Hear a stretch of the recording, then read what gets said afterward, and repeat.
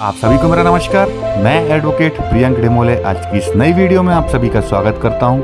आज हम बात करने वाले हैं मोटर एक्सीडेंट केस के बारे में। देखिए, जब कभी भी किसी व्यक्ति का एक्सीडेंट होता है तो उसमें दो प्रकार की स्थितियां बनती हैं। एक होता है क्रिमिनल केस, जो कि FIR बेस होता है। तो जैसे ही एक्सीडेंट होता है पुलिस क्या है उसमें FIR दर्ज करती है। उसके बाद क्रिमिनल केस स्टार्ट हो जाता है उस व्यक्ति के ऊपर जिसने एक्सीडेंट किया है। और दूसरा केस क्या बनता है, क्लेम केस।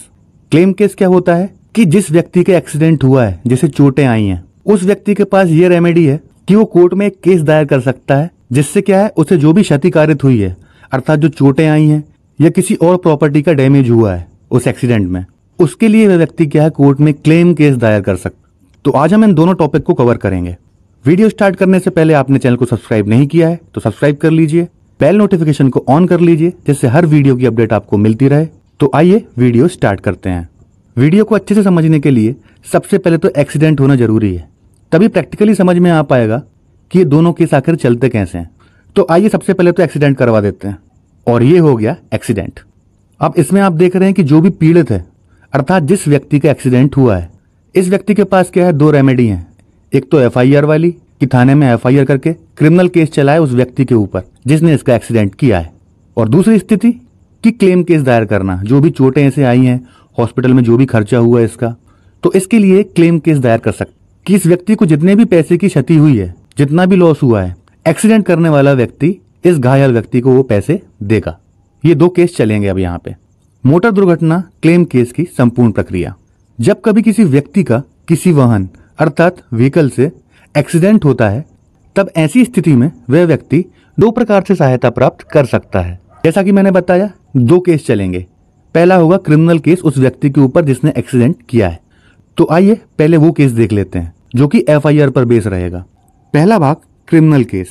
पीड़ित अर्थात घायल व्यक्ति जिसका एक्सीडेंट हुआ है, वह व्यक्ति या व्यक्ति का रिश्तेदार चक्षुदर्शी, चक्षु का अर्थ होता है आंखें, नेत्र, नयन, और दर्शी का अर्थ होता है देखना, जिसने अपने चक्षुओं से उस घटना को देखा हो एक्सीडेंट की, अर्थात अपनी आंखों से एक्सीडेंट की घटना को देखा हो वह व्यक्ति।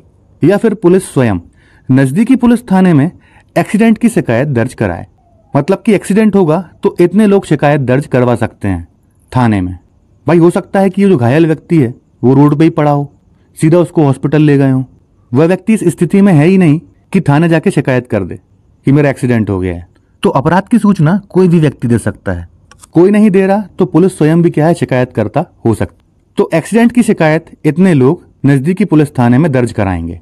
इस शिकायत पर से पुलिस निम्न धाराओं में FIR दर्ज करती है। तो एक्सीडेंट होगा तो पुलिस इतनी धाराओं में FIR दर्ज करेगी। इंडियन पीनल कोड, भारतीय दंड संहिता की ये धारा है, धारा 279, 337 एवं 338। यदि वाहन का बीमा नहीं है, अर्थात जो व्यक्ति वाहन चला रहा था जिसने एक्सीडेंट किया, उस व्यक्ति के पास गाड़ी का बीमा नहीं है, तो धारा 146/196 दोनों एक साथ लगेंगी। यदि लाइसेंस नहीं है या व्यक्ति वाहन को चलाने योग्य नहीं है तो धारा 180, 3/181, और यदि शराब के नशे में है, ड्रिंक किया हुआ है, तो धारा 185 मोटर व्हीकल एक्ट की धाराओं का अपराध भी FIR में दर्ज किया जाता है। मतलब जब भी कोई व्यक्ति एक्सीडेंट करेगा तो उसके ऊपर ये धाराएं लगना तय है। यदि उस एक्सीडेंट में व्यक्ति घायल हुआ हो, यदि घायल नहीं हुआ, व्यक्ति सिर्फ लापरवाही से गाड़ी चला रहा है, तो सिर्फ एक धारा में अपराध दर्ज होगा, धारा 279 में। लेकिन जैसे ही कोई व्यक्ति उस वाहन से टकराया तो ये दो धाराएं और जुड़ जाएंगी। और यदि ये स्थितियां और बनती हैं, लाइसेंस नहीं है, व्यक्ति चलाने योग्य नहीं है, मतलब कि भंवर नशे में है, अच्छी खूब दारू पी ली, या फिर कोई नाबालिग बच्चा वो गाड़ी चला रहा है, या फिर कोई व्यक्ति अपाहिज है। अब मान लीजिए किसी व्यक्ति के पास एक पैर नहीं है और वो कार चला रहा है फुल स्पीड में। अब एक पैर से क्या करेगा, एक्सीलरेटर पे ही पैर रखेगा, सिर्फ स्पीड बढ़ाएगा, उसी पैर से क्लच दबाएगा, उसी पैर से ब्रेक लगाएगा, तो ऐसा व्यक्ति क्या है, अयोग्य है। और ड्रिंक की हुई है तो सेक्शन 185 मोटर व्हीकल एक्ट। तो ये सभी धाराएं इन स्थितियों में मोटर व्हीकल एक्ट की लगना तय है। तो FIR के साथ ये धाराएं भी दर्ज हो जाएंगी। और एक स्थिति और बनती है, यदि एक्सीडेंट में व्यक्ति की मौत हो जाती है तो ऐसी स्थिति में पुलिस धारा 279 और 304A भारतीय दंड संहिता तथा ऊपर बताई गई परिस्थितियों के अनुसार मोटर व्हीकल एक्ट की धाराओं के अंतर्गत FIR दर्ज करती है। मतलब कि व्यक्ति की यदि मौत हो जाती है एक्सीडेंट में तो सिर्फ धारा 279 लगेगी, और ये 304A मृत्यु होने की स्थिति में नई धारा जुड़ जाएगी। और ये दोनों धाराएं क्या है, हट जाएंगी। अब आइए देखते हैं कि ये धाराएं क्या हैं। भारतीय दंड संहिता की धारा 279, लोक मार्ग पर उतावलेपन से वाहन चलाना या हाँकना, 6 माह की सजा और 1000 रुपए जुर्माना। लोक मार्ग पर अर्थात ऐसा मार्ग जिसको क्या है, जनता यूज करती है। आपने देखा ही होगा, अरे आज तो तेरा भाई गाड़ी चलाएगा।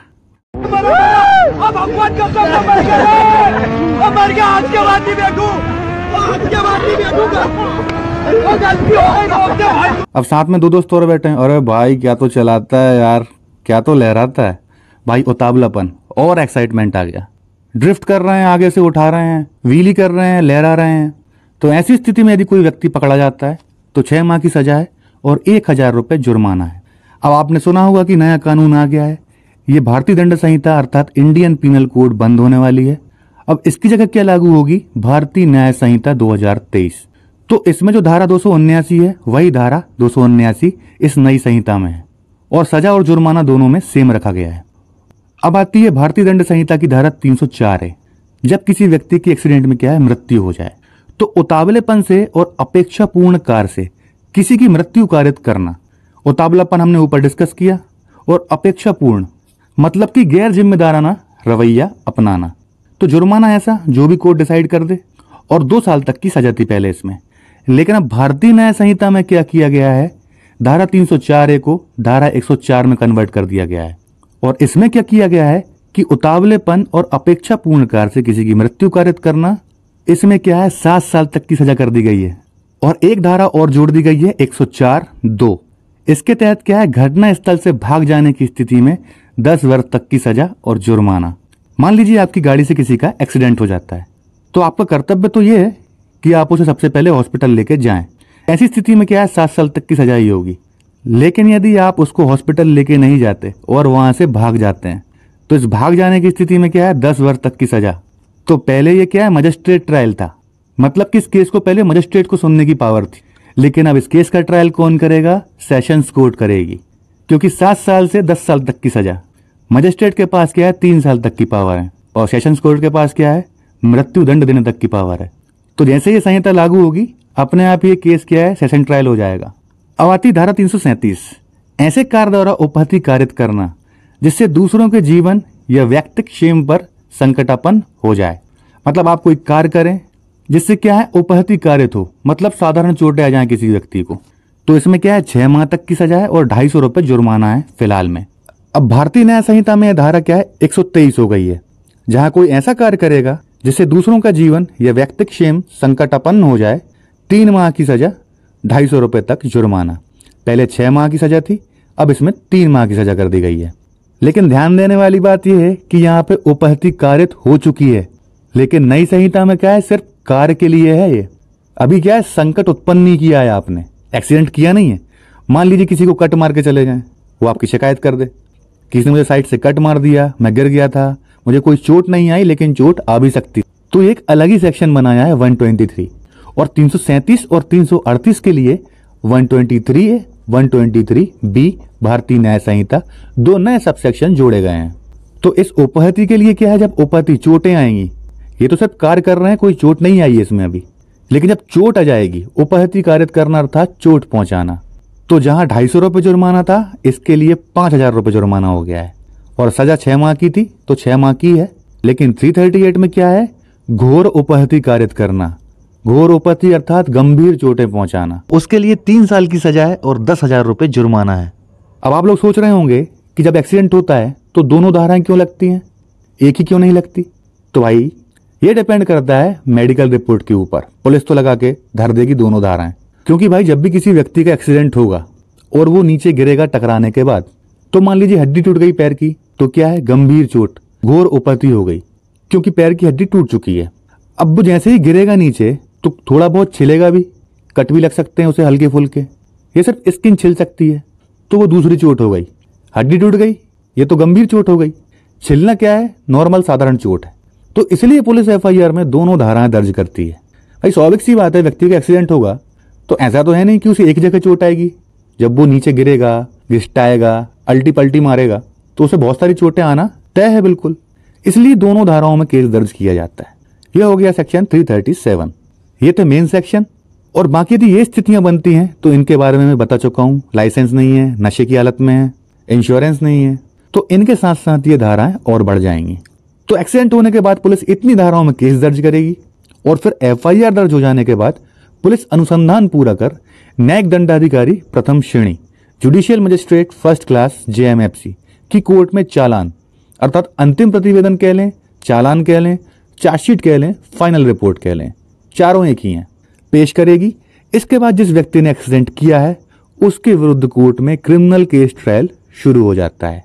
अच्छा, एक बात और है, ध्यान से सुनिएगा, खासकर नए एडवोकेट, जब भी एक्सीडेंट होगा तो पुलिस क्या है, उस व्यक्ति की गाड़ी जब्त कर लेगी जिसने एक्सीडेंट किया है।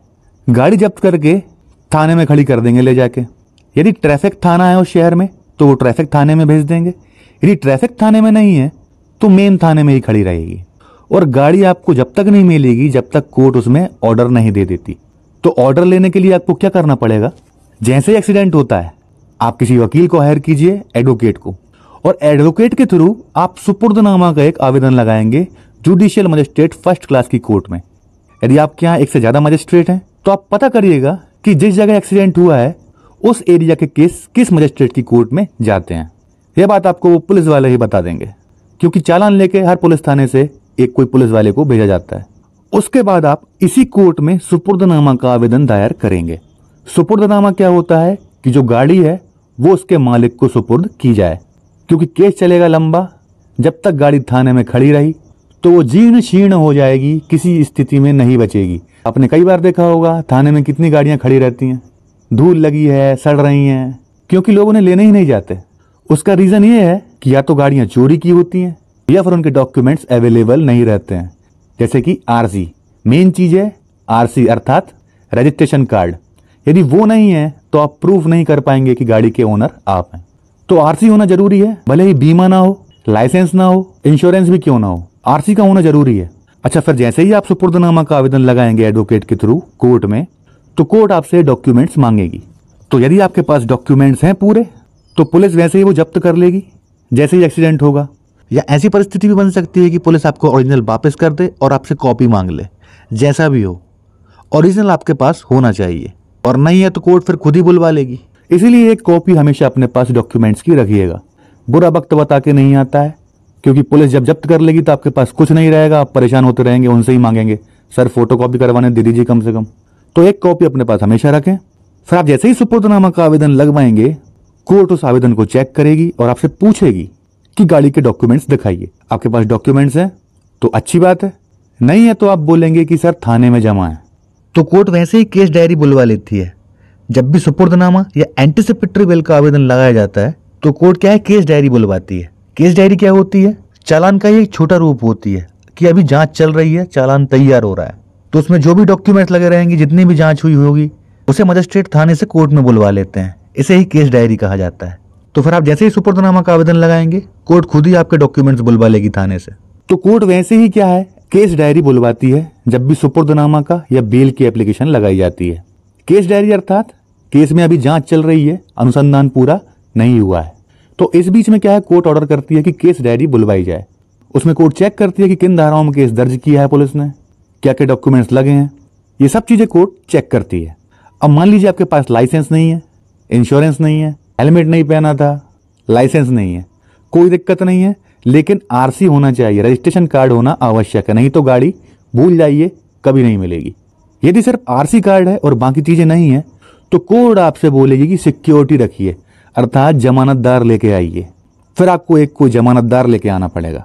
जमानतदार क्या गारंटी लेता है आपकी और गाड़ी की, कि मैं गारंटी देता हूं सर गाड़ी छोड़ दीजिए, न ये गाड़ी में कोई परिवर्तन करेगा, न इसमें कोई कलर करवाएगा, न कोई चेंजेस लाएगा, न कोई मॉडिफिकेशन करवाएगा, मैं गारंटी देता हूं इस बात की। यदि ऐसा कुछ करे तो मैंने जो जमानत में राशि लिखी है वो मेरी राशि जब्त कर ली जाए। और जमानत के रूप में आप क्या है, अपनी जमीन की वही अर्थात भू ऋण पुस्तिका रख सकते हैं। कोई फिक्स डिपॉजिट हो आपके पास तो आप वो रख सकते हैं, मकान की रजिस्ट्री रख सकते हैं, या कोई शेयर्स या डिवेंचर हो आपके नाम पे तो आप वो भी एज अ सिक्योरिटी अर्थात जमानत के रूप में कोर्ट में रख सकते हैं। लेकिन शर्त यह है कि उसकी वैल्यू क्या होगी।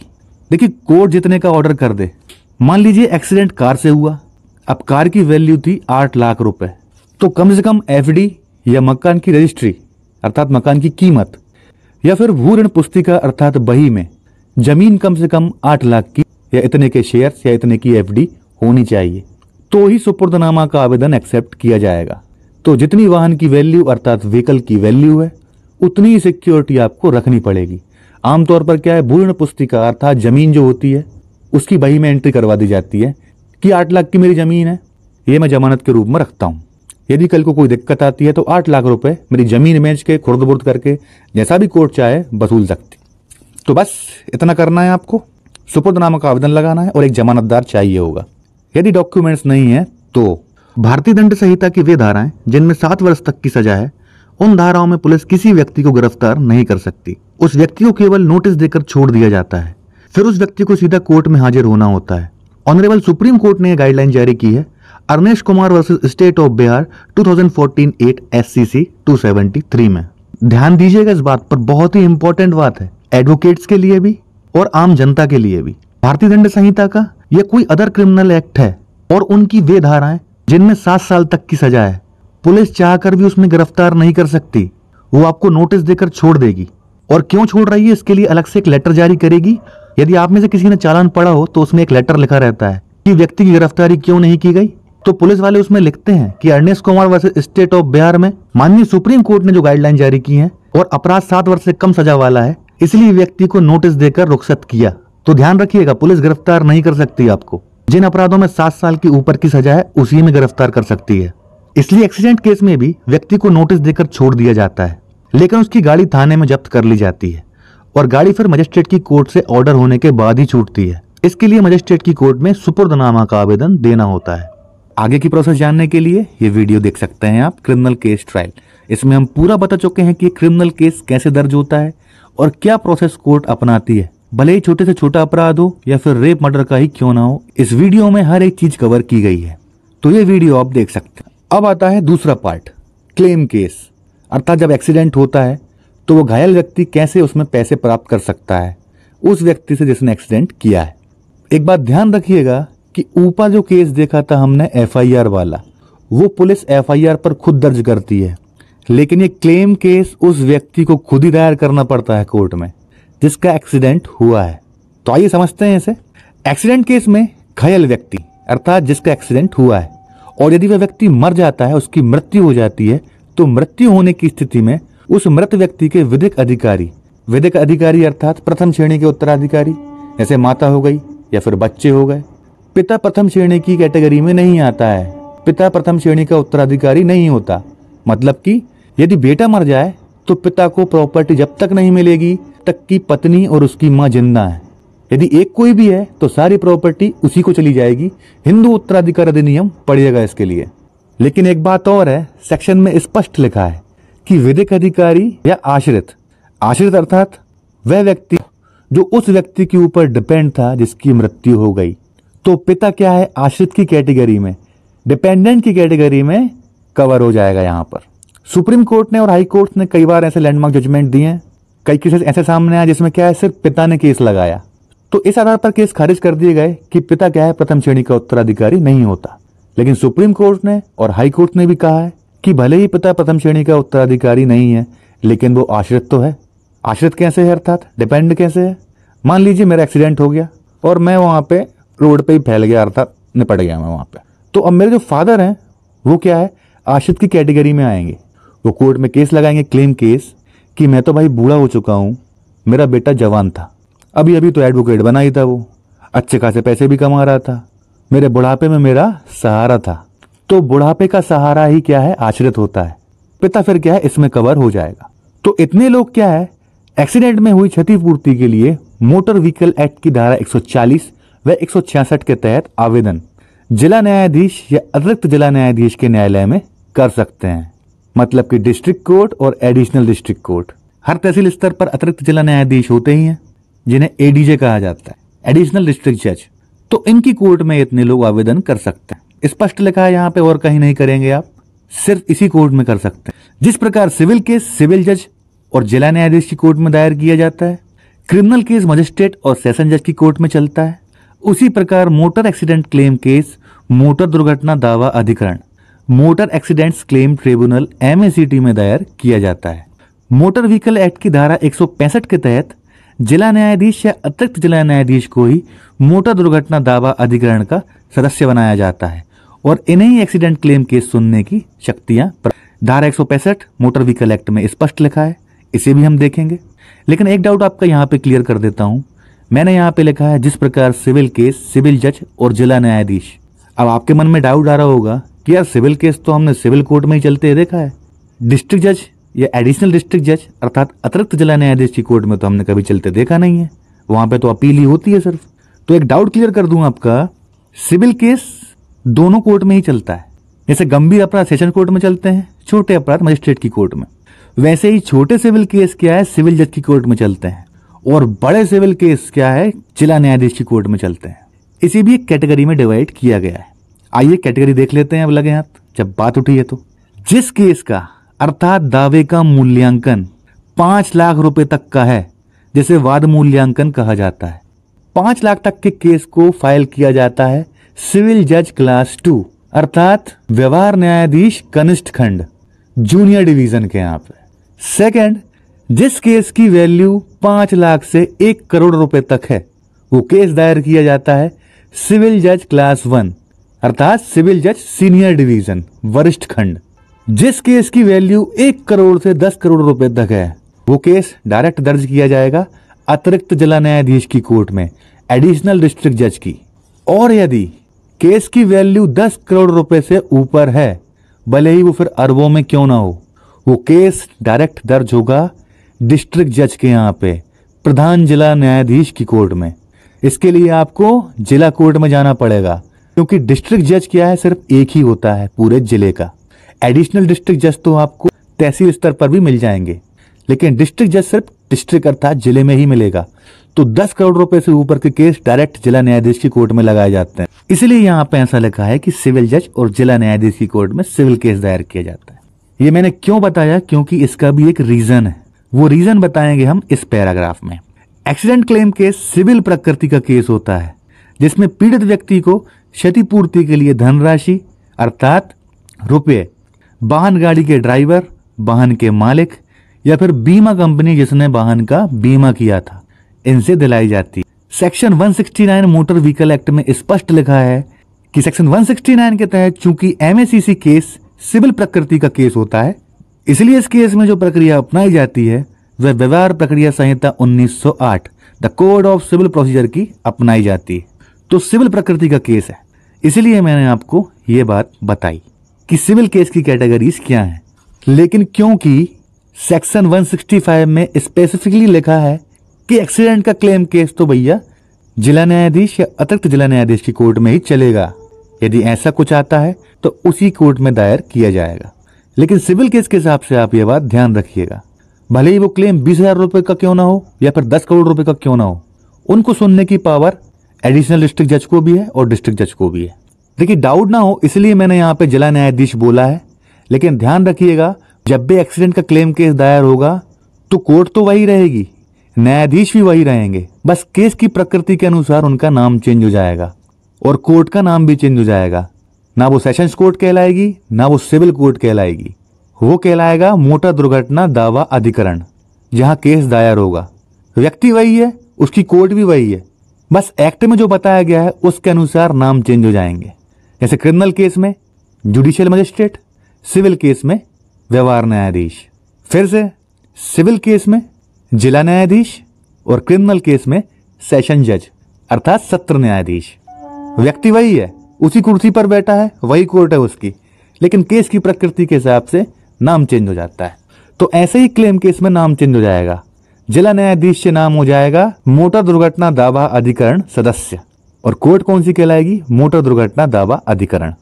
और जिला न्यायाधीश जो है ये यहाँ पे सदस्य बन जाएंगे उसके, मतलब जज से सदस्य।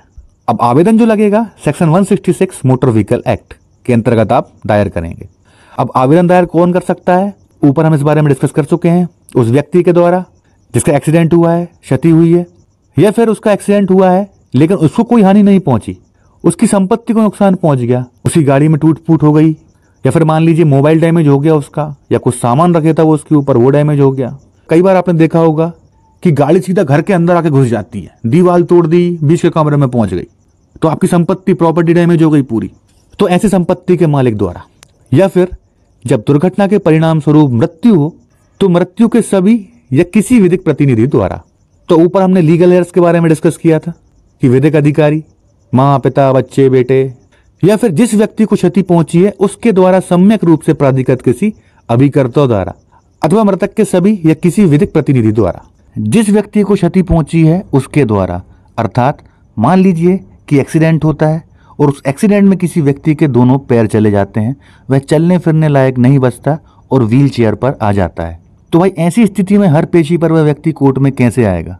तो यदि ऐसी स्थिति बनती है तो वह किसी अभिकर्ता को, अभिकर्ता अर्थात अभिकर्ता का अर्थ होता है कि किसी की ओर से कोई कार्य करना, किसी के ब्याह में कोई काम करना, तो ऐसे अभिकर्ता को नियुक्त कर सकता है वो। और ये घायल व्यक्ति इस अभिकर्ता को नियुक्त कैसे करेगा? उसका एक तरीका है, और वो तरीका ये है कि ये घायल व्यक्ति इस अभिकर्ता के फेवर में पावर ऑफ अटर्नी अर्थात मुख्तियारनामा निष्पादित कर दे। और ये मुख्तियारनामा किस बात का रहेगा कि ये घायल व्यक्ति जिस व्यक्ति को नियुक्त कर रहा है पावर ऑफ अटर्नी में, मुख्तियारनामा में, तो वह व्यक्ति उस घायल व्यक्ति की ओर से कोर्ट की हर कार्रवाइयों में भाग लेगा। इस घायल व्यक्ति को कोर्ट में आने की कोई जरूरत नहीं है। पावर ऑफ अटर्नी में जिस व्यक्ति को नियुक्त किया गया है वह व्यक्ति उस घायल व्यक्ति की ओर से हर कार्रवाई में हिस्सा लेगा। परंतु जहां प्रतिकर के लिए किसी आवेदन में मृतक के सभी विधिक प्रतिनिधि सम्मिलित नहीं हुए हैं, वहां वह आवेदन मृतक के सभी विधिक प्रतिनिधियों की ओर से या उनके फायदे के लिए किया जाएगा।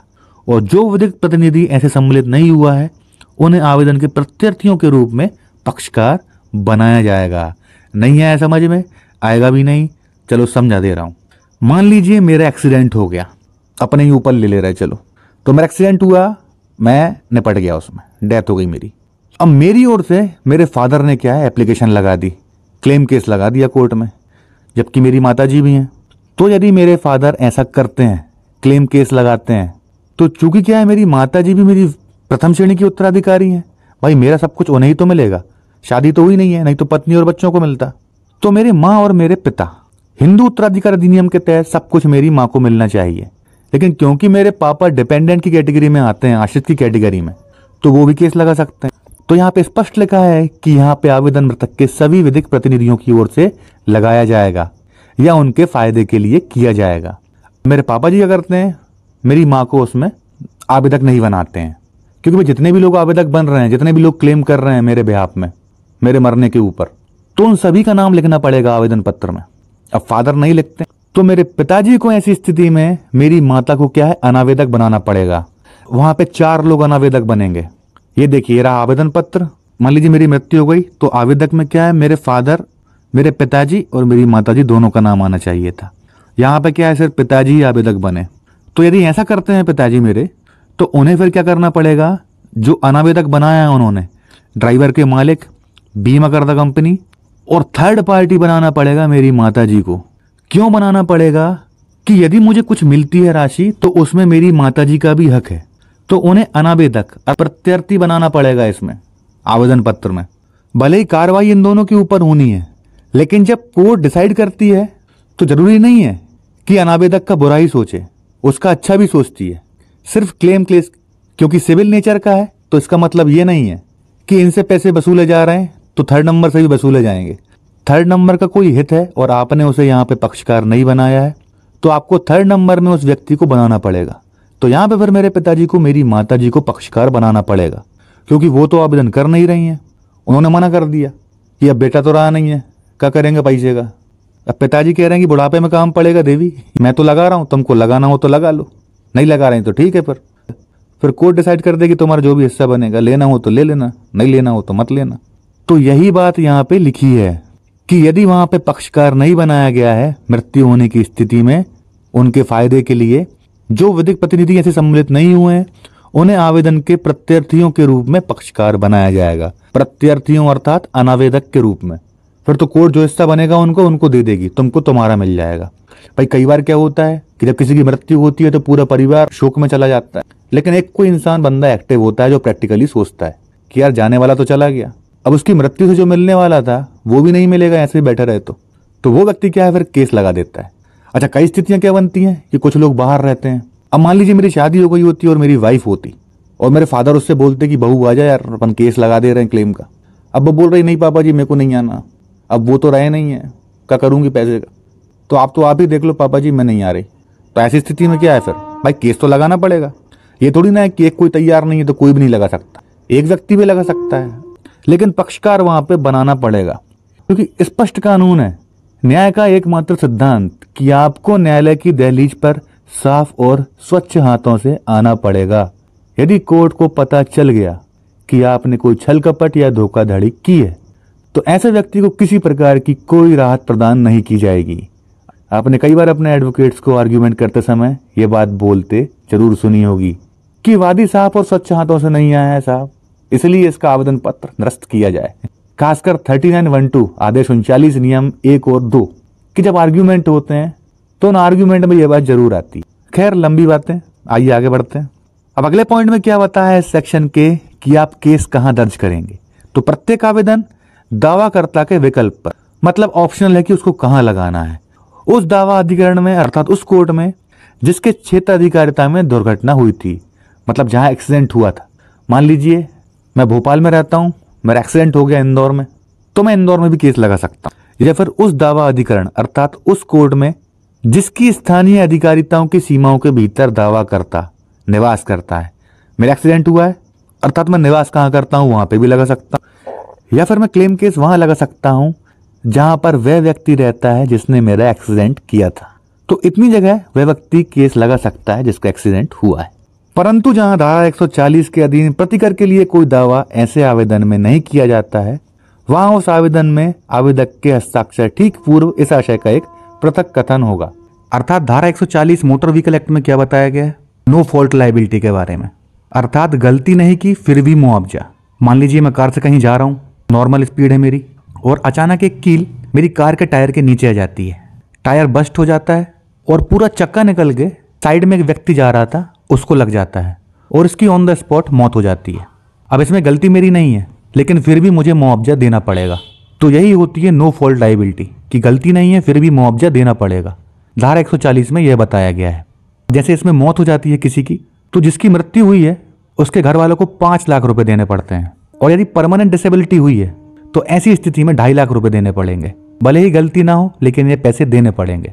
तो यही यहाँ पे बताया गया है कि आप आवेदन में धारा 140 के अधीन कोई क्लेम नहीं मांग रहे हैं तो इसके लिए आपको अलग से कथन करने पड़ेंगे कि आप 166 के तहत ही मांग रहे हैं, 140 के अधीन आप नहीं मांग रहे हैं, ना ही आपने कभी इसके पहले कोई दावा किया है 140 के अधीन।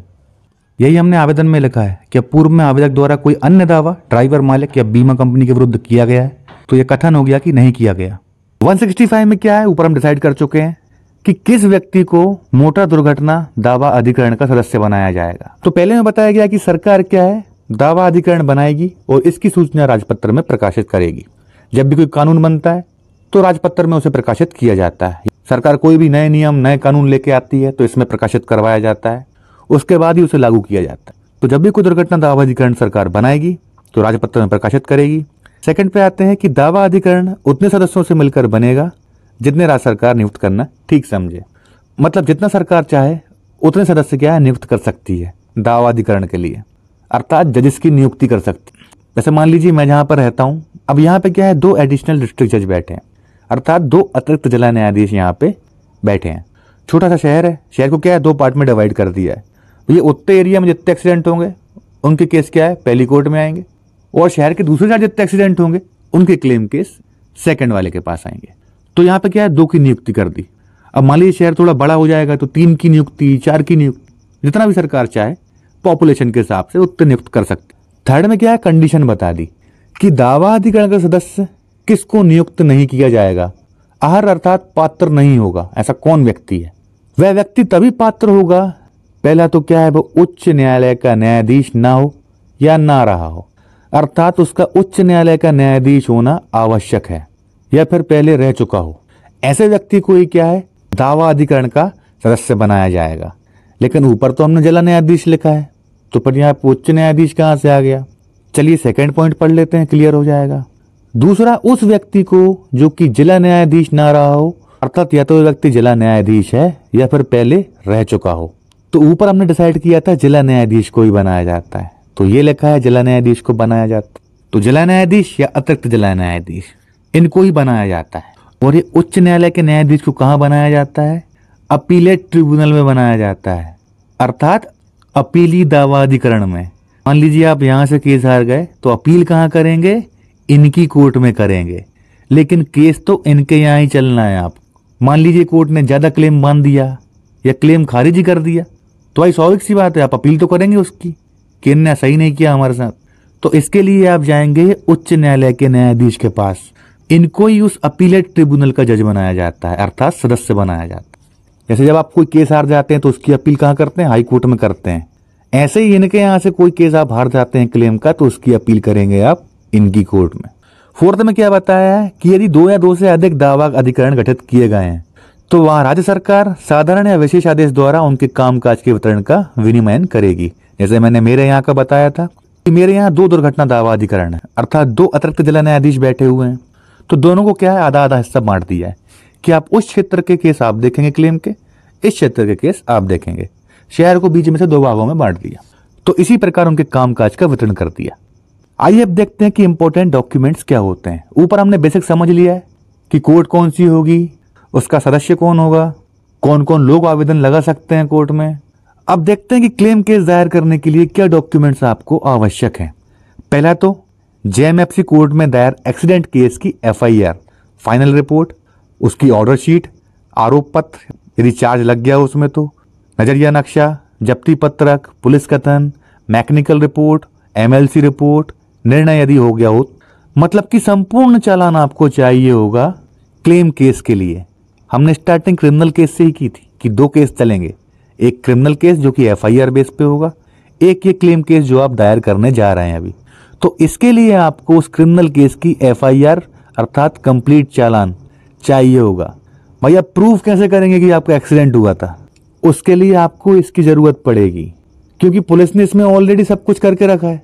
तो सबसे इंपॉर्टेंट ये होना बहुत जरूरी है, इससे ही प्रूफ होगा कि आपका एक्सीडेंट हुआ था। अब सेकंड क्या चाहिए आपको? इलाज के सभी दस्तावेज, जैसे इलाज का पर्चा, मतलब जितने भी आपके पर्चे बने हैं इलाज के वो सभी, एडमिशन बिल अर्थात जब आपको एडमिट किया होगा तो उसका भी बिल जारी किया होगा कि भैया आईसीयू में रख रहे हैं कि वेंटिलेटर पे रख रहे हैं या फिर जनरल वार्ड में रख रहे हैं या इमरजेंसी वार्ड में रख रहे हैं।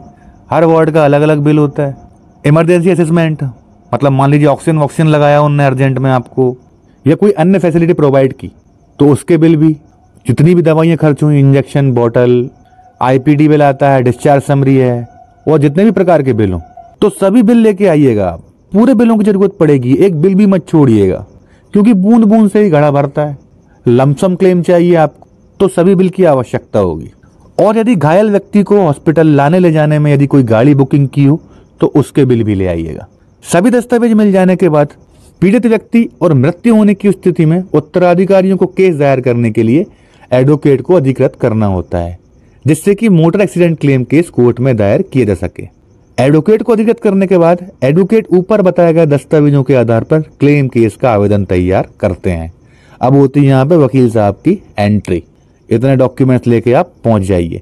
अब आइए देखते हैं कि आवेदन कैसे तैयार किया जाता है। तो कोर्ट फीस आपकी लगेगी इसमें 80 रुपए सिर्फ। ये सिर्फ मध्य प्रदेश में है। आपको आपके स्टेट में कोर्ट फीस एक्ट उठा के चेक करना पड़ेगा यदि कोई अमेंडमेंट हुआ हो तो। यहाँ पे पहले 40 रुपए लगती थी, अमेंडमेंट के बाद 80 रुपीज कर दी गई है। तो हमारे मध्य प्रदेश में 80 रुपए है यदि आप क्लेम केस दायर करते हैं। तो ये कोर्ट फीस कैसे पे करेंगे आप? कहीं नहीं जाना है। 10 रुपए वाली टिकट मिलती है ये कोर्ट में चलने वाली, ये पूरी इस आवेदन के साइड में चिपका देनी है। 8 टिकट लगाएंगे आप 10-10 वाली, यहाँ ऊपर ऐसे चिपका दीजिएगा, यहाँ पे साइड में भी लगा सकते या एक प्लेन पेपर पे लेके उसमें लगा सकते हैं जगह कम पड़ जाए तो। 80 रुपए की टिकट लगानी है आपको, भले ही 10 की लगाएं, 5 वाली भी लगा सकते, लेकिन फिर वही बात आ गई कि चेक कर लीजिएगा आपके स्टेट में कितनी कोर्ट फीस है। ये 80 रुपए मैं सिर्फ मध्य प्रदेश की बता रहा हूँ, क्योंकि हर स्टेट की गवर्नमेंट अपने अपने अनुसार क्या है कोर्ट फीस चेंज कर देती है उस एक्ट में अमेंडमेंट करके, संशोधन करके। तो कोर्ट फीस आ जाएगी। इसके बाद कोर्ट का नाम न्यायालय श्रीमान मोटर दुर्घटना दावा प्राधिकरण महोदय, भोपाल, जिला भोपाल, मध्य प्रदेश। अपने शहर का नाम लिखिएगा। उसके बाद आते हैं पार्टीज का नाम। ये रहा वह व्यक्ति जिसका एक्सीडेंट हुआ था, आवेदक हो गया ये। यदि इसकी मृत्यु हो जाती तो ऐसी स्थिति में इसके लीगल एयर्स या डिपेंडेंट जो भी आश्रित हैं वो आ जाते हैं। विरुद्ध में आप उन लोगों को पक्षकार बनाएंगे जिसने आपका एक्सीडेंट किया था, ड्राइवर एवं वाहन मालिक, और बीमा करता कंपनी। क्योंकि मोटर व्हीकल एक्ट में स्पष्ट लिखा है कि जहां भी क्लेम केस दायर किया जाता है वहां पे बीमा करता कंपनी को पक्षकार बनाया जाएगा। भाई पैसे कौन देगा इसको पक्षकार नहीं बनाएंगे तो? पैसे तो इसी से लेने हैं ना। अच्छा, ये लोग बहुत चालू रहते हैं, बात ध्यान रखिएगा आप। इतनी आसानी से पैसे निकालते नहीं है। बड़ी बड़ी ऐड करेंगे टीवी में कि आप इंश्योरेंस करवाइए, कंपनी कुछ नहीं पूछेगी आपको, डायरेक्ट क्लेम देगी। उनकी ऐड देखेंगे आप तो बड़ा मजा आएगा। लेकिन जिस व्यक्ति के ऊपर गुजरती है ना, उसे पता है कि क्लेम लेने में कितने होश उड़ जाते हैं। ये व्यक्ति क्लेम देते नहीं है, ये मना कर देंगे आपको कि हम नहीं दे रहे क्लेम, आपने हमारी टर्म्स एंड कंडीशंस फॉलो नहीं की। आप थर्ड पार्टी इंश्योरेंस भी करवाते हैं तो कम से कम 900 रुपए का पड़ता है आपको 1 साल के लिए। कितने लोग हैं, लाखों करोड़ों लोग हैं जो इस कंपनी से बीमा करवाते हैं। इनका टर्नओवर ही इतना ज्यादा है, इनने हर तहसील, हर डिस्ट्रिक्ट में क्या है अपने एडवोकेट लगा के रखे हैं कि कोई भी क्लेम केस आता है तो हमारी साइड से आप अपियर होंगे, अर्थात कंपनी की साइड से। अब भाई कंपनी मना कर रही है क्लेम देने से तो स्वाभाविक सी बात है आप तो कोर्ट के पास ही जाएंगे। तो उस कोर्ट में ये भी अपना वकील उतार देंगे कि जाओ भैया लड़ो। इनको तो बस पैसे देने से बचना है। इनका मेन मकसद यही है कि पूरा का पूरा ड्राइवर के ऊपर डाल दो। तो ये लोग क्या अपना वकील वहां पे अपेयर करवा देते हैं जहां पे भी क्लेम केस लगता। अब जैसे हमने यहाँ पे लगाया इसकी ओर से, इसका एक्सीडेंट हुआ था, मरा नहीं था, जिंदा था, वालिक भी हो चुका था। तो मोटर व्हीकल एक्ट में लिखा है कि बीमा करता कंपनी को भी आप पक्षकार बनाएंगे, अर्थात अनावेदक बनाएंगे। तो इसको बनाया। अब जैसे ही हमने बनाया ना, ये भाई साहब तो अपना वकील करेगा ही करेगा जिसने एक्सीडेंट किया है, बीमा कंपनी भी अपना एडवोकेट अपेयर करवाएगी, और ये दोनों मिलके यही प्रूव करेंगे कि गलती इसकी थी, हम है इसके एडवोकेट। ये दोनों मिलके यही प्रूव करेंगे गलती इसकी थी, रॉन्ग साइड से आ रहा था, भंवर नशे में था, इसकी गलती है, खुद भर आ गया हमारी गाड़ी में आके, फलाना ढिमका, दुनिया भर की बातें। तो इतनी आसानी से कोई पैसे नहीं देगा आपको। यहाँ पे मैंने कंपनी का नाम चेंज कर दिया है, ऐसी कोई कंपनी नहीं है। ये पार्टीज के नाम भी चेंज कर दिए हैं। हाँ, लेकिन जो ड्राफ्टिंग है वो असली है, घटना असली है, हर चीज असली है। तो आइए आगे बढ़ते हैं। ऊपर हमने डिस्कस किया था, यदि आप अकेला क्लेम केस लगा रहे हैं, आप अपने विधिक उत्तराधिकारियों को नहीं बना रहे हैं पक्षकार उसमें, तो आप उनको फिर अनावेदक क्रमांक 3, 4 जितने भी हों उनको बनाएंगे आप। फिर कोर्ट जो क्लेम मानेगी उसमें इनको भी दिलवाएगी। अब इनको आना हो तो ले ले, लेकिन कोर्ट सबके हिस्से बराबर करने के लिए ऐसा करती है कि भाई ऐसा ना हो कि एक कोई पूरा क्लेम का पैसा हड़प ले। इसलिए जितने भी लोग हैं सब पक्षकार बनेंगे। हाँ, वो लोग नहीं आ रहे हैं तो आप उनको अनावेदक बना दीजिए, आपका जो हिस्सा होगा उसमें आपको मिल जाएगा क्लेम में, लेकिन पक्षकार बनाना पड़ेगा।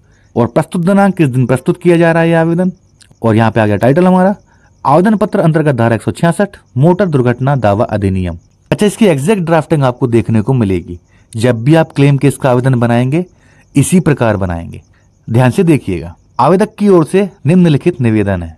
मैं आवेदक आदर्श तिवारी, उम्र 18 वर्ष, आत्मज धनंजय तिवारी, निवासी एड्रेस भोपाल मध्य प्रदेश, जो कि मोटर दुर्घटना में घायल हुआ है एवं घायल आवेदक को दुर्घटना में आई चोटों के प्रतिकर को प्राप्त करने हेतु आवेदक अर्थात घायल, क्षतिग्रस्त यान आदि के संबंध में आवश्यक विशिष्टों की जानकारी देते हुए आवेदक निम्नानुसार निवेदन करता है। मतलब की हेडिंग क्या है कि आपको यहाँ पे पूरी क्या है व्हीकल की डिटेल देनी है। भाई आप कहाँ जा रहे थे, कहाँ रहते हो, आपका नाम क्या है, किसने एक्सीडेंट किया आपका उसका नाम बताइए, आपकी उम्र बताइए, आपकी सैलरी क्या थी, दुर्घटना का समय दिनांक बताइए, कोई एफआईआर हुई थी यह बताइए, किस थाने में हुई थी, आप कहाँ थे, क्या कर रहे थे उस समय जब दुर्घटना हुई। तो ये बेसिक डिटेल्स आपको नंबर वाइज देनी है। प्रॉपर तरीका यही होता है क्लेम केस लगाने का। उसके बाद क्या है, जब ये पॉइंट्स पूरे हो जाते हैं उसके बाद फिर अपनी कहानी चालू होती है। यहाँ से हर चीज बेसिक डिटेल्स देते हैं आप। तो आइए समझ लेते हैं इनको। आहत का नाम हो गया आदर्श तिवारी, ये रहता कहाँ पे, एड्रेस हो गया इसका, इसका व्यवसाय क्या है, करता क्या था। तो आदर्श तिवारी जो है यह आहत व्यक्ति जिसने आवेदन लगाया है, ये रामपुर से कोलार आता था गैरेज पर मैकेनिक का काम सीखने के लिए। उम्र बताओ, तो उम्र हो गई 18 वर्ष 1 माह लगभग। मासिक आय कितनी है, तो कुछ नहीं है, अभी तो काम सीख रहे थे। कोई नियोजक है क्या, तो नहीं, कोई नहीं है भैया। दुर्घटना का समय 14/5/23 को हुआ था, समय बता दीजिएगा। आपके केस में जब भी हो एफआईआर हुई थी तो वो बता दीजिएगा कि एफआईआर हुई थी, ये उसका क्राइम नंबर रहा, इन धाराओं में अपराध दर्ज किया गया था।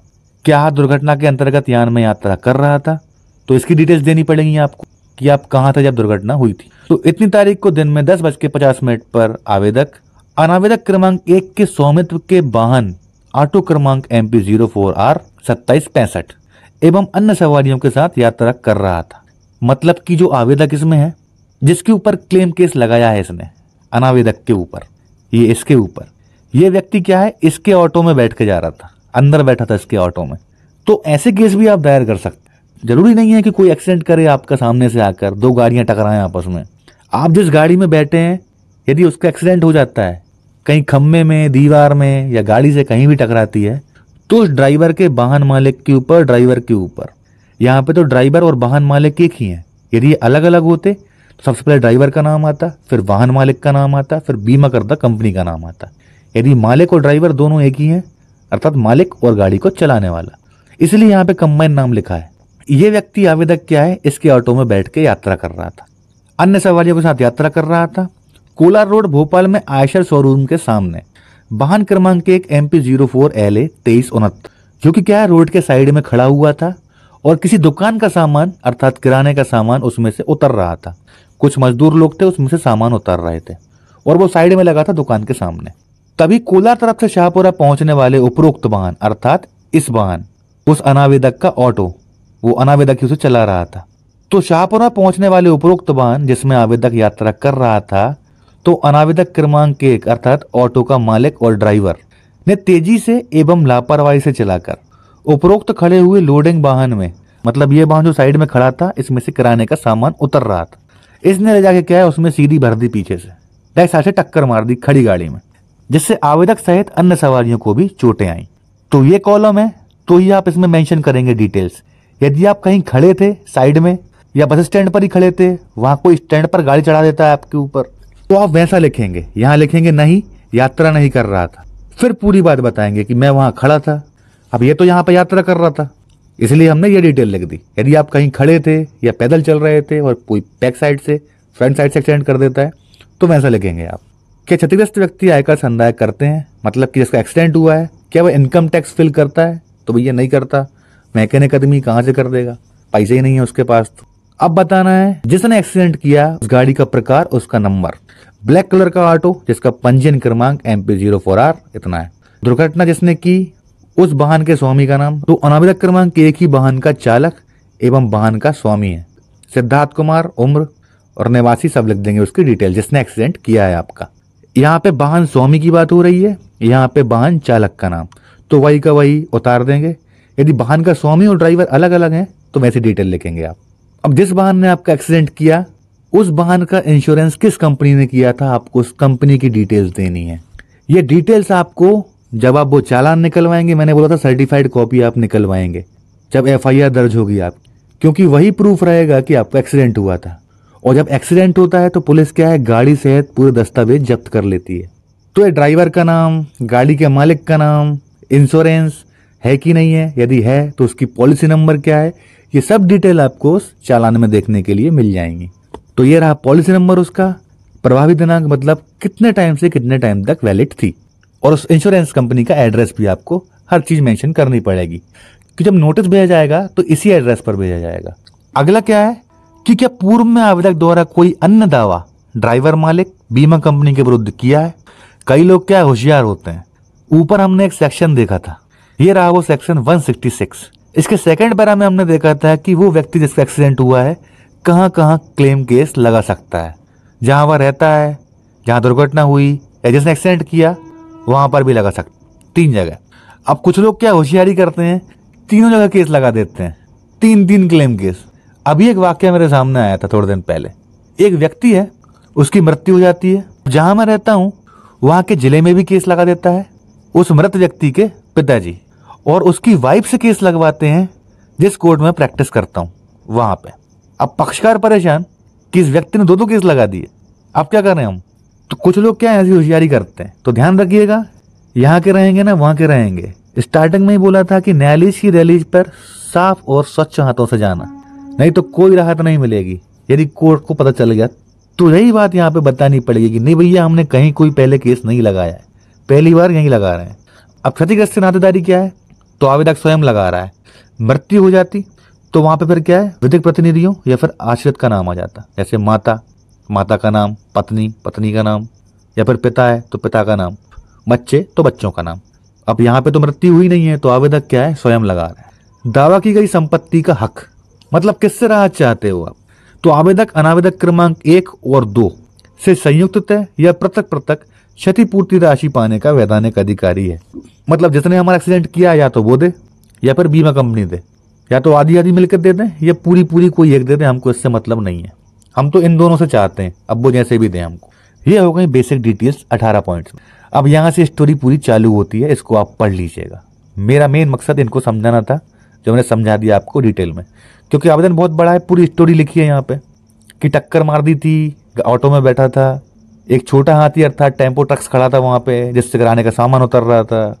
इस ऑटो वाले ने ले जाके पीछे से एक्सीडेंट कर दिया खड़ी गाड़ी में, जिससे मेरे हाथ पैर टूट गए।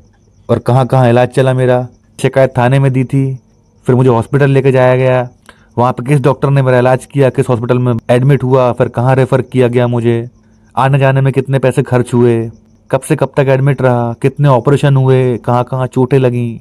उसके बाद फिर मेरा बार बार कितनी बार चेकअप करवाने गया। भाई साल भर भी इलाज चला टूटने फूटने में, हड्डी टूट जाए तो आपको 50 बार हॉस्पिटल जाना पड़ेगा।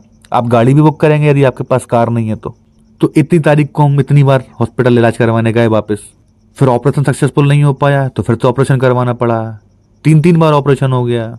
तो ये हर चीज़ आपको ड्राफ्टिंग में बतानी है। आपको यहाँ से एक अंदाजा मिल जाएगा कि ड्राफ्टिंग कैसे होती है। और लास्ट का एक पैरा इंपॉर्टेंट है ये वाला, कि आप कितना क्लेम चाह रहे हैं। ऊपर हमने बेसिक डिटेल्स पढ़ी, फिर हमने पूरी स्टोरी रखी कि एक्सीडेंट कैसे हुआ, कितने टाइम भर्ती रहे, वगैरह वगैरह। अब आती है मेन चीजें कि जिसके लिए आप क्लेम कर रहे हो। यह कि दुर्घटना में हुई क्षतिपूर्ति का विवरण निम्नानुसार है। दावाकर्ता के इलाज में खर्च हुई राशि, मतलब टोटल ट्रीटमेंट करवाने में कितना पैसा खर्च हुआ है आपका, वो तो 43,334 रुपये सिर्फ इलाज में खर्च हो गए। इलाज के दौरान आने जाने में गाड़ी बुक की बार 15,500 रुपये। भाई इलाज के दौरान एक कोई साथी भी रहता है, अब व्यक्ति अकेला तो एडमिट रहेगा नहीं, और हॉस्पिटल वाले क्या रुकने भी नहीं देते। अब कोई लेडीज है तो भाई वो हॉस्पिटल में ही रुकेगी अकेली पेशेंट के साथ। अब कुछ लेके आना हो, बार बार आना जाना हो, तो वो कोई जेंट्स ही करेगा। फिर फल फ्रूट लेके आने हैं, जूस लेके आना है, कितनी चीजें लगती हैं, बार बार मेडिकल से दवाई लेके आनी पड़ती हैं। अब एक कोई बेचारा क्या साइड में होटल लेकर रहता है, फिर आसपास या किराए का रूम ले लेता है। अब 5,000 रुपये रेंट में भी कम से कम आपको एक रूम मिला, और फिर वो ट्रीटमेंट के ऊपर है कि कितना ट्रीटमेंट चल रहा है। इस बंदे का 1 साल ट्रीटमेंट चला मान लीजिए, इससे कई ऑपरेशन हुए, एक ऑपरेशन फेल हो गया, दूसरा भी फेल हो गया, फिर तीसरा ऑपरेशन हुआ जब जाके सक्सेसफुल हो पाया, तो इतने टाइम तक रुकने में इतने पैसे खर्च होगा जितने इलाज में नहीं हुए। किसके? परिजन के साथ वाले। अब ये तो है नहीं कि फ्यूचर में ट्रीटमेंट चलेगा नहीं। मान लीजिए आपने केस दायर किया जब ट्रीटमेंट चल ही रहा था, और कुछ टाइम बाद डॉक्टर ने बोला कि नहीं एक ऑपरेशन और करना पड़ेगा अभी, तो फ्यूचर में जो ट्रीटमेंट होने वाला है उसके लिए वो राशि भी आप लिखिएगा। दुर्घटना में आई चोटों के कारण हुई परेशानी का व्यय। अब ये परेशानी का व्यय हमने नीचे बताया, उसको समझेंगे कि 5 लाख रुपए क्यों लिखा है यहाँ। अब दुर्घटना में आई चोटों से शारीरिक मानसिक दुख तकलीफ वेदना आजीवन भोगना पड़ेगा एवं स्थायी विकृति उत्पन्न हो गई है, जिससे क्षतिपूर्ति राशि जो अनावेदक गण से दिलाई जावे वह 5 लाख रुपए। अभी हमने किस बेस पे बनाई है राशियां, आइए वो देख। टोटल क्लेम बनाया हमने 16,08,834 रुपए का। अब एक क्लेम किस बेस पर बना रहा है आपको कोर्ट ये भी बताना पड़ेगा। यह कि दुर्घटना से आवेदक गैरेज का अपना कार्य सीखने, अध्ययन करने अर्थात पढ़ाई करने में एवं गृह कार्य करने में इलाज जारी रहने में असमर्थ हो गया है, जिसकी क्षतिपूर्ति राशि 16,08,834 रुपये आवेदक अनावेदक गण से संयुक्त है अथवा पृथक पृथक प्राप्त करने का अधिकारी है। देखो भाई 3 ऑपरेशन हो गए या एक भी हो गया हो, आपके केस में जितने भी हुए हो, एक बार हड्डी टूट जाए तो दोबारा किसी काम की नहीं रहती। वो रॉड डली रहती है, ना तो वो व्यक्ति हैवी वेट उठा सकता है, ना वो दौड़ सकता है, और जो नॉर्मली अपने कार्य कर सकता था वो कार्य वो जीवन भर नहीं कर पाएगा। तो इन 5 लाख रुपए को सिर्फ 5 लाख की नजर से मत देखिएगा कि 5 लाख है, उसका पूरा जीवन बर्बाद हो गया। चोट लगी, दुख हुआ, अब वो जीवन भर डिप्रेशन में रहेगा कि मैं किसी काम का नहीं रहा यार। इसलिए ये राशियां इस राशि से कई मायने रखती हैं इलाज के खर्चे से। सेम टू सेम ऐसे ही आपको फिल करना है, लेकिन एक लिमिट रखिएगा फिल करने की। ये तो मैकेनिक था तो हमने मैकेनिक के हिसाब से फिल किए। आप अपनी ड्राफ्टिंग में यही बता सकते हैं कि गवर्नमेंट जॉब में था या प्राइवेट जॉब में था, 1 लाख रुपए सैलरी थी, घर पर डिपेंड था उसी की सैलरी के ऊपर, ट्रांजैक्शन दिखाइएगा उसके हर महीने के पैसे भेजने के। तो फिर वहां पे आप ये 5 लाख रुपए की जगह पता है 20 लाख रुपए भर सकते। एक कहावत सुनी होगी, बात बात की नहीं है, बात औकात की है। तो ये औकात के ऊपर डिपेंड करता है, स्टेटस के ऊपर कि इंसान की हैसियत क्या है। उस हैसियत के हिसाब से तोला जाता है क्लेम को। कड़वी बात है लेकिन सत्य है, इस सत्य को कोई नहीं बदल सकता कि इंसान को उसकी औकात के हिसाब से ही तोला जाता। तो आप अपने केस में जो स्टेटस रहेगा व्यक्ति का, कितना बड़ा है, कितने लेवल पे काम कर रहा है वो, उस हिसाब से आप इसमें फिल कर सकते हैं जो भी अमाउंट चाहें। और अगला पैरा एक और लिखेंगे आप, यह कि आवेदक अनावेदक गण से उपरोक्त अनुसार कुल क्षतिपूर्ति राशि 16,08,834 रुपए पर आवेदन दिनांक से अदायगी दिनांक तक 18% का वार्षिक दर से ब्याज पर पाने का अधिकारी है। मतलब जिस दिन हम क्लेम केस लगा रहे हैं उस डेट से लेकर अदायगी दिनांक तक, मतलब जिस डेट को ये देगा इतने के बीच तक 18% प्रतिमाह का ब्याज लगाया जाए। उसके बाद बेसिक डिटेल्स कहाँ का है कि आवेदक यहाँ का निवासी, स्थायी निवासी है। फिर आगे जुरिडिक्शन की बात, इस क्षेत्र का निवासी है इसलिए इस क्षेत्राधिकार में उत्पन्न हुआ है विवाद, इसलिए माननीय न्यायालय के समक्ष प्रादेशिक क्षेत्राधिकार में उत्पन्न हुआ है। वह माननीय न्यायालय को इस आवेदन पत्र पर सुनवाई का क्षेत्राधिकार। यह कि उक्त दुर्घटना बाबत आवेदक के द्वारा यह प्रथम दावा प्रस्तुत किया गया है। उक्त दुर्घटना के बाबत आवेदक का अन्य कोई दावा किसी अन्य न्यायालय में लंबित नहीं रहा है। यही डिटेल हमने ऊपर भी दी थी कि और कहीं तो केस नहीं चल रहा है, ये बताना पड़ेगा। यह कि आवेदन पत्र 2 प्रति में मैं शपथ पत्र के एवं समय सीमा में प्रस्तुत होना मान्य किए जाने हेतु विलंब माफी के आवेदन पत्र तथा शपथ पत्र के साथ पेश है तथा आवेदक गण इस आवेदन पत्र पर विधि अनुसार निर्धारित न्याय शुल्क मुद्रांक 80 रुपए चस्पा करते हैं। अर्थात आवेदन पत्र के साथ 80 रुपए कोर्ट फीस दायर। समय सीमा ध्यान रखिएगा, स्पेशली आपको बता दूं सख्त कानून हो गया है बहुत ज्यादा क्लेम केस के लिए। एक्सीडेंट की डेट से आपके पास 6 महीने का टाइम है क्लेम केस दायर करने का। 6 महीने के अंदर नहीं कर पाए तो 6 माह के बाद भी कर सकते हैं। आपको एक रीजन बताना पड़ेगा। सेक्शन 5 ऑफ लिमिटेशन एक्ट अर्थात धारा 5 परिसीमा अधिनियम का आवेदन देकर आप कोर्ट को यह बताएंगे कि आपने केस दायर करने में देरी क्यों की। 6 महीने से कहाँ सो रहे थे तो बताना पड़ेगा साहब हॉस्पिटल में सो रहे थे, इलाज चल रहा था। एक नया ट्रीटमेंट का पर्चा बनवा लीजिएगा, भले 6 महीने के अंदर न लगवा पाए हो तो उससे क्या है टाइम लिमिट के अंदर आ जाएगा आप। अब 6 महीने से लिमिट चालू होती है एप्लीकेशन के साथ 1 साल तक। तो 1 साल के अंदर आपने एक्सीडेंट की डेट से केस दायर नहीं किया तो 1 साल बाद आप कोई केस दायर नहीं कर सकते। ये बात ध्यान रखिएगा। क्लेम तो भूल जाइए, केस करने की भी मत सोचना। 1 साल के बाद कोई क्लेम केस दायर नहीं किया जा सकता। और इसके साथ ही लास्ट पैराग्राफ यह कि आवेदक अपने आवेदन पत्र के साथ सूची आ के अनुसार दस्तावेज प्रस्तुत करता है और सूची बा में उन दस्तावेजों का उल्लेख है जिन पर आवेदक भरोसा करता है, जिसे बाद में आवश्यकता होने पर प्रस्तुत करने का अधिकार सुरक्षित रखता है। एक दस्तावेज सूची लेंगे आप, उसमें सारे डॉक्यूमेंट्स की लिस्ट बनाएंगे। जैसे FIR की कॉपी हमने निकलवाई थी चालान की, सारे बिल, हॉस्पिटल के जितने भी बिल हैं, जितने भी ट्रीटमेंट के पर्चे हैं, वो सभी के सभी डेट वाइज उस दस्तावेज सूची में प्रविष्ट कर दिए जाएंगे। और बाद में इलाज चल रहा है और कोई दस्तावेज निकल के आते हैं, कोई इलाज के पर्चे, तो आखिरी में आप एक लिस्ट और दे सकते हैं सूची दस्तावेज बा। उसमें आप उन डॉक्यूमेंट्स को मेंशन कर दीजिएगा जो आपको बाद में प्राप्त हुए हैं। लास्ट में आती है प्रेयर। अतः माननीय न्यायालय से निवेदन है आवेदक के पक्ष में एवं अनावेदक गण के विरुद्ध निम्न आशय की आज्ञप्ति पारित की जावे। क्योंकि सिविल केस है तो आप आज्ञप्ति भी लिख सकते हैं, नहीं तो क्लेम केस में क्या होता है रिवॉर्ड पारित किया जाता है। समझेंगे इसको भी आगे। यह कि आवेदक को दुर्घटना में आई चोटों के इलाज एवं अध्ययन न कर पाने क्षतिपूर्ति की कुल 16,08,834 आवेदन दिनांक से अदायगी दिनांक तक इतने % ब्याज से दिलवाई जावे। आवेदक को अनावेदक गण से उक्त मुकदमे का व्यय एवं अधिवक्ता शुल्क भी दिलवाया जावे। भाई हम क्या फ्री में केस चलवाएं, एडवोकेट को फीस देने, एक्सीडेंट तुमने किया हमारा, तो आप ये रिलीफ भी मांग सकते। कोर्ट के ऊपर है क्या ऑर्डर करती है।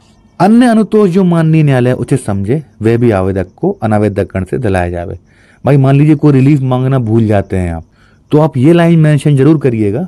इससे क्या कोर्ट खुद विचार करती है, क्योंकि सिविल केस का नेचर है कि जो भी मांगना है आपको एक बार में मांग लो। आप उसी केस को दोबारा लेकर नहीं आ सकते कि हमने उस टाइम नहीं मांगा था भैया, हम मांग ले रहे हैं, फिर से केस लगा दिया। नहीं, जो भी रिलीफ है एक बार में ही मांगना पड़ेगा आपको। आपने नहीं मांगी तो दोबारा आजीवन उसके ऊपर केस नहीं कर पाएंगे आप। इसलिए कई बार हम कोर्ट के ऊपर भी छोड़ देते हैं कि भैया हमसे कोई भूल चूक हो तो माफ करना, आप अपने हिसाब से भी सोच लीजिए, आप न्यायाधीश हैं, सब जानते हैं आप।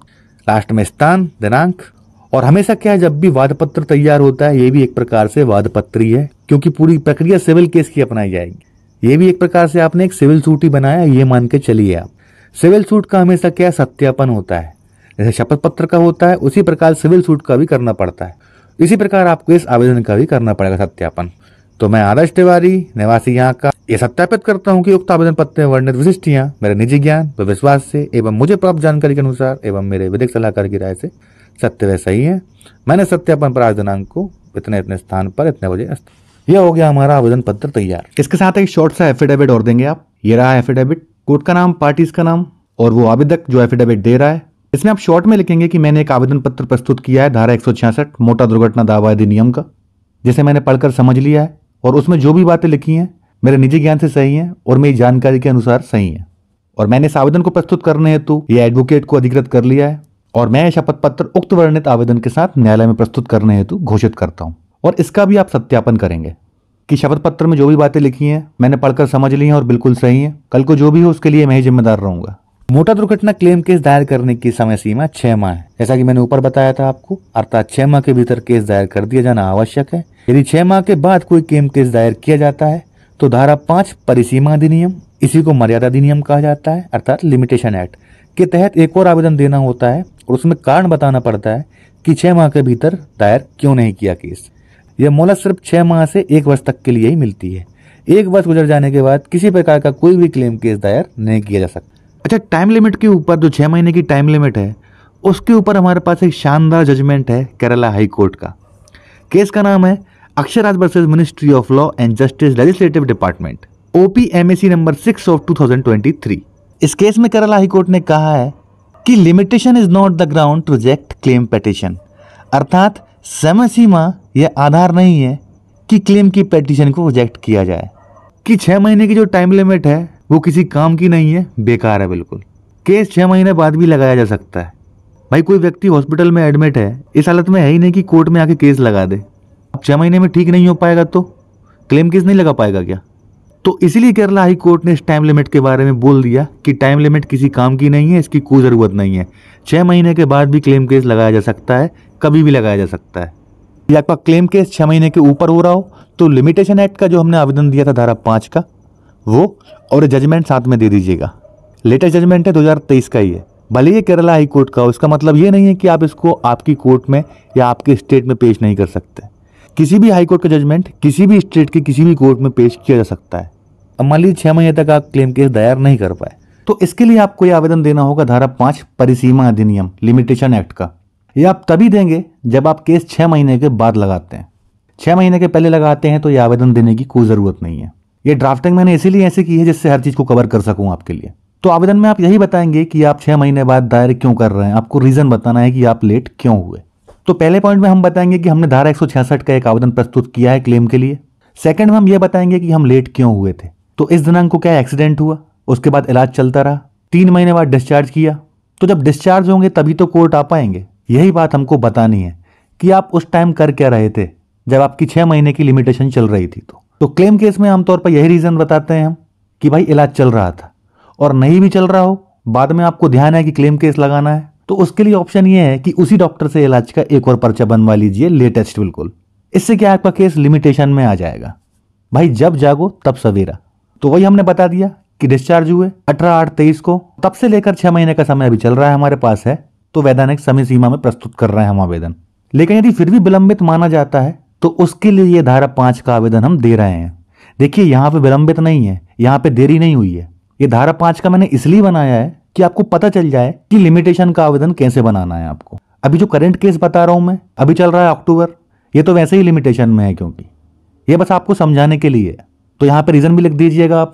डॉक्टर ने अभी और बोला है कि हालत ठीक होने में और समय लगेगा, अभी एक और ऑपरेशन होना है और अभी भी स्थिति ऐसी है कि सही तरीके से चल नहीं पा रहा है, उठने बैठने में समर्थ नहीं है। और यदि इसके बाद भी माननीय न्यायालय द्वारा उक्त आवेदन पत्र विलंबित माना जाता है तो उक्तानुसार हुए परिस्थिति जन्य एवं सद्भाविक विलंब को माफ किया जाना एवं आवेदन पत्र अथवा दावा समय सीमा में प्रस्तुत मान्य किए जाने हेतु विलंब माफी हेतु यह आवेदन पत्र मैं शपथ पत्र के प्रस्तुत किया जा रहा है। तो यह हो गया लिमिटेशन का आवेदन यदि 6 महीने बाद लगाते हैं तो, और 1 साल तक ही इसका यूज कर सकते हैं। 1 साल बाद आप कोई केस नहीं लगा सकते। अब इसके समर्थन में भी आपको एक शपथ पत्र देना होगा कि ये बातें मैं जो कर रहा हूं शपथ पूर्वक घोषित करता हूं कि सही कर रहा हूं, झूठ नहीं बोल रहा हूं। तो ये रहा उसका शपथ पत्र, सेम टू सेम वही रहेगा, कोई चेंज नहीं है। बस जहां आवेदक लिखा है वहां पर फर्स्ट पर्सन में बात होगी। जैसे कि मैं अस्पताल में दिनांक तक इलाजरत रहा, डॉक्टर ने मेरी हालत लगभग 2 माह में ठीक होने की बोली है, सेम वही का वही रहेगा। और लास्ट में इसका भी आप सत्यापन कर देंगे। आइए अब आगे देखते हैं। यहाँ पर बहुत ही महत्वपूर्ण और ध्यान देने वाली बात यह है कि यदि किसी केस में नाबालिग बच्चे अर्थात अवयस्क माइनर को वादी अर्थात आवेदक बनाया गया है, तो ऐसी स्थिति में वादी के अर्थात आवेदक के विधिक प्रतिनिधि अर्थात उत्तराधिकारियों द्वारा आदेश 32 नियम 4 व 5 व्यवहार प्रक्रिया संहिता के तहत आवेदन तथा आवेदन पत्र के समर्थन में शपथ पत्र दिया जाना अति आवश्यक है। यदि आवेदन नहीं दिया जाता तो आदेश 32 नियम 2 व्यवहार प्रक्रिया संहिता के तहत केस खारिज कर दिया जाएगा। आदेश 32 नियम 4 व 5 व्यवहार प्रक्रिया संहिता में वादार संरक्षक गार्जियन फॉर द सूट के बारे में बताया गया है कि यदि किसी नाबालिग को केस में पक्षकार बनाया गया है तो उस नाबालिग की ओर से केस में हाजिर कौन सा व्यक्ति होगा और कोर्ट की कार्रवाइयों में हिस्सा लेगा। देखिए, क्लियर और स्पष्ट एक लाइन का कानून है कि यदि किसी नाबालिग बच्चे को केस में पक्षकार बनाया गया है, मान लीजिए किसी नाबालिग बच्चे का एक्सीडेंट हो जाता है और उसको केस में पार्टी बनाया गया है, तो नाबालिग बच्चा डायरेक्ट केस में अपीयर नहीं हो सकता। इसके लिए आदेश 32 नियम 4 और 5 CPC में बताया गया है कि जहां किसी केस में नाबालिग बच्चे को पक्षकार बनाया जाता है तो वहां उसकी ओर से वादा संरक्षक गार्जियन फॉर द सूट बनाना पड़ेगा। वादा संरक्षक क्या करेगा? उस नाबालिग बच्चे की ओर से केस की कार्रवाइयों में हिस्सा लेगा। पूरी कार्रवाइयां केस की यही करेगा वादा संरक्षक। ध्यान दीजिएगा, स्पष्ट कानून है कि यदि आपने नाबालिग बच्चे को केस में पक्षकार बनाया और आदेश 32 नियम 4 व 5 का आवेदन नहीं दिया वादा संरक्षक बनने के लिए उस नाबालिग बच्चे का, तो एक लाइन का कानून है कि आदेश 32 नियम 2 के तहत आपका केस खारिज कर दिया जाएगा। बहुत ही गंभीर विषय है, इस पे विशेष रूप से ध्यान रखिएगा। अच्छा, एक स्थिति और बनती है, मान लीजिए कोई व्यक्ति बालिग है और उसका एक्सीडेंट हुआ है। अब एक्सीडेंट हुआ और वो व्यक्ति क्या है, कोमा में चला गया।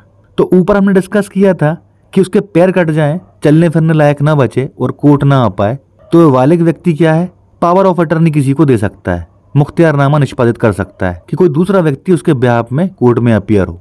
लेकिन उसे मुख्तियारनामा तो निष्पादित करना पड़ेगा, उसके हस्ताक्षर लगेंगे उसमें। लेकिन दूसरी स्थिति क्या आती है कि मान लीजिए वो कोमा में चला गया, 5-6 महीने से होश में ही नहीं आया है, एक्सीडेंट में इतनी चोट आ गई उसके सर पर, तो फिर ऐसा व्यक्ति मुख्तियारनामा कैसे निष्पादित कर पाएगा, साइन कैसे कर पाएगा उस पावर ऑफ अटर्नी पे? तो उस स्थिति में भी आदेश 32 के तहत आपको आवेदन देना पड़ेगा। जैसे कि माँ बाप हो गए, तो माँ बाप उस बालिग व्यक्ति को केस में पक्षकार बनाएंगे और उसकी ओर से आदेश 32 नियम 4 और 5 का आवेदन देंगे और उसका वादा संरक्षक बनेंगे। तो ध्यान रखिएगा इन दोनों बातों का। इस आवेदन और शपथ पत्र तैयार हो जाने के बाद शपथ पत्र किसी नोटरी एडवोकेट के द्वारा नोटरीकृत कराया जाता है।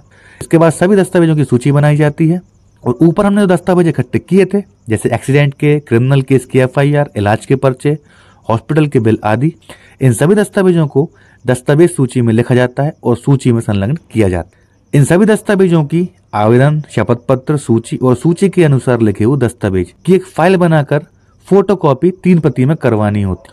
ओरिजिनल कोर्ट में पेश होती है, 1 कॉपी स्वयं के लिए, 1 कॉपी विरोधी अर्थात अनावेदक के लिए, और ये अनावेदक की संख्या 1 से ज्यादा हो तो उसके अनुसार आपको कॉपी करवानी पड़ेगी।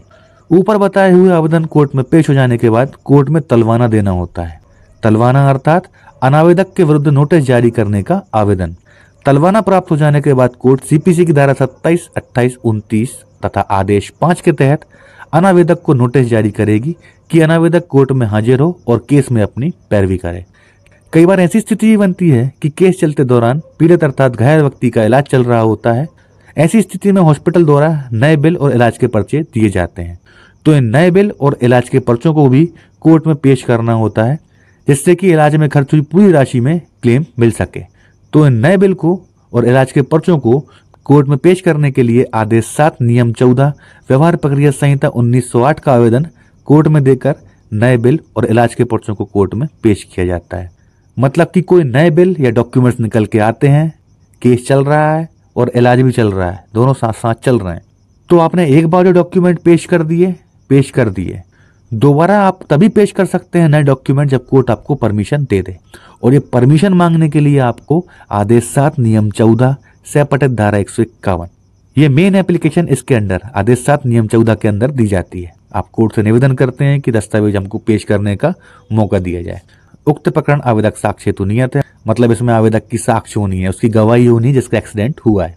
और आवेदक द्वारा प्रकरण में सूची ब अनुसार दस्तावेज प्रस्तुत किए जा रहे हैं। उक्त सूची में वर्णित अनुसार दस्तावेजों में से दस्तावेज क्रमांक 1 से 23 तक के दस्तावेजों की छाया प्रतियां पूर्व से अभिलेख पर हैं और मूल अब साक्ष्यों में प्रस्तुत किए जा रहे हैं। दस्तावेज क्रमांक 24, 25, 26 के मूल दस्तावेज भी इलाज के बिल और पर्चा हैं जो कहीं अन्यत्र रखा जाने से पूर्व में प्रस्तुत नहीं किए जा सके थे और अब प्रस्तुत किए जा रहे हैं। मतलब इस केस में रीजन क्या था कि डॉक्यूमेंट्स कहीं रखा गए थे, इलाज के पर्चे थे, कुछ बिल थे, वो कहीं यहाँ वहाँ रखा गए थे तो मिल नहीं रहे थे, लेकिन अब मिल गए हैं तो उनको हम पेश करना चाह रहे हैं। यह कि उक्त दस्तावेज प्रकरण के न्यायपूर्ण निराकरण हेतु एवं आवेदक के पक्ष समर्थन हेतु आवश्यक है। प्रकरण में अभी आवेदक साक्ष्य प्रारंभ नहीं हुई है, इसलिए किसी प्रकार के विलंब का प्रश्न भी नहीं है। मतलब कोई भी डॉक्यूमेंट हो तो क्या है, गवाही होने से पहले ही पेश कर देना चाहिए।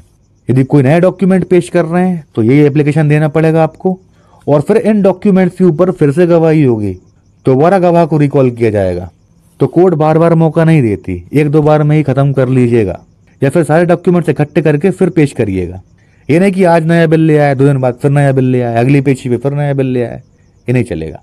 लास्ट में प्रेयर आता है माननीय न्यायालय से निवेदन है कि न्याय हित में यह आवेदन पत्र स्वीकार किया जाकर प्रस्तुत किए जा रहे दस्तावेजों को अभिलेख पर ले जाने की कृपा करें। स्थान दिनांक आवेदक। जब समन्स मिलने के बाद अनावेदक गण कोर्ट में हाजिर हो जाते हैं तो हाजिर हो जाने के बाद उन्हें आवेदक के धारा 166 के आवेदन पत्र और अन्य आवेदनों का लिखित जवाब देना होता है। मतलब जितने आवेदन हमने ऊपर बनाए हैं, जब सामने वाला अनावेदक अर्थात वाहन का मालिक, ड्राइवर, बीमा कंपनी, ये जब कोर्ट में हाजिर हो जाएंगे नोटिस मिलने के बाद, तो इसके बाद जो हमने आवेदन लगाए हैं इनको उन आवेदनों के जवाब देने पड़ेंगे कि हम ये इल्जाम लगा रहे हैं, भैया क्या कहना है तुम्हारा। तो फिर जो भी उनका जवाब होगा लिख के देंगे वो। इसके बाद दोनों पक्षों की गवाही होती है। कोर्ट अर्थात ट्रिब्यूनल सीपीसी आदेश 16 नियम 1 व 1 के तहत साक्षियों अर्थात गवाहों को गवाही देने के लिए सम्मन जारी करती है। जब गवाह कोर्ट में हाजिर हो जाते हैं तो उनकी गवाही होती है, अर्थात मुख्य परीक्षण एग्जामिनेशन इन चीफ और प्रति परीक्षण क्रॉस एग्जामिनेशन। गवाही खत्म हो जाने के बाद कोर्ट अर्थात ट्रिब्यूनल सभी दस्तावेजों को देखती है और गवाहों के बयानों को देखती है। सभी तथ्यों को देखने के बाद कोर्ट या तो आवेदक को अवार्ड राशि देती है या फिर केस खारिज कर देती है। जिस प्रकार सिविल केस में निर्णय और डिक्री होते हैं, क्रिमिनल केस में सिर्फ निर्णय होता है, उसी प्रकार MACT motor accident claim tribunal case में अवार्ड राशि दी जाती है। यदि कोई भी पक्षकार आवेदक हो भले ही अनावेदक हो, न्यायाधीश के अधिनिर्णय से संतुष्ट नहीं है तो वह पक्षकार मोटर व्हीकल एक्ट की धारा 173 के तहत हाई कोर्ट अर्थात अपीलेट ट्रिब्यूनल में उस अधिनिर्णय के विरुद्ध अपील दायर कर सकता है। अपील दायर करने की समय सीमा 90 दिन है। 90 दिन के पश्चात अपील दायर करने की अनुमति तब ही दी जा सकेगी जब अपील करने वाला व्यक्ति पर्याप्त कारण बताए कि 90 दिनों के भीतर वह अपील दायर क्यों नहीं कर सका था।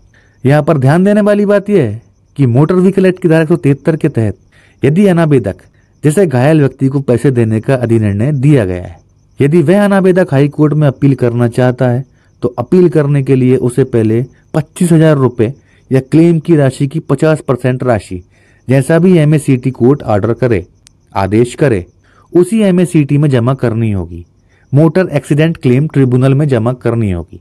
तभी वह हाई कोर्ट अर्थात अपीलेट ट्रिब्यूनल में अपील कर सकता है। मतलब कि जिसने एक्सीडेंट किया है, मान लीजिए क्लेम दे दिया 10 लाख रुपए का, अब एक्सीडेंट करने वाला व्यक्ति खुश नहीं है या फिर बीमा कंपनी खुश नहीं है कि क्लेम बहुत ज्यादा दे दिया यार, ये तो इतना क्लेम नहीं मानना था।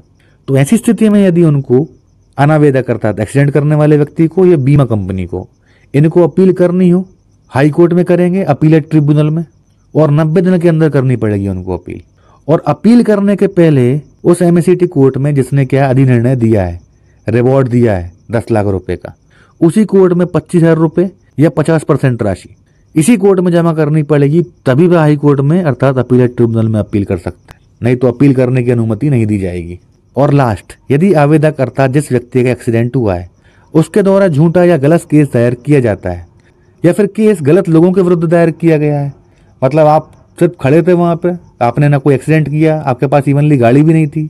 कई बार ऐसी स्थिति भी बनती है कि लोग फर्जी केस कर देते हैं, खुद ही गाड़ी के सामने आ जाते हैं। तो ऐसे लोगों से बचने के लिए आप सिविल प्रोसीजर कोड अर्थात सिविल प्रक्रिया संहिता के आदेश 7 नियम 11 के तहत केस को खारिज करने के लिए कोर्ट में आवेदन पत्र दायर कर सकते हैं कि हमारे पास प्रूफ है, इसने झूठा केस दायर किया है हमको फंसाने के लिए, पैसे वसूलने के लिए, हड़पने के लिए, इसलिए इसका केस खारिज कर दिया जाए।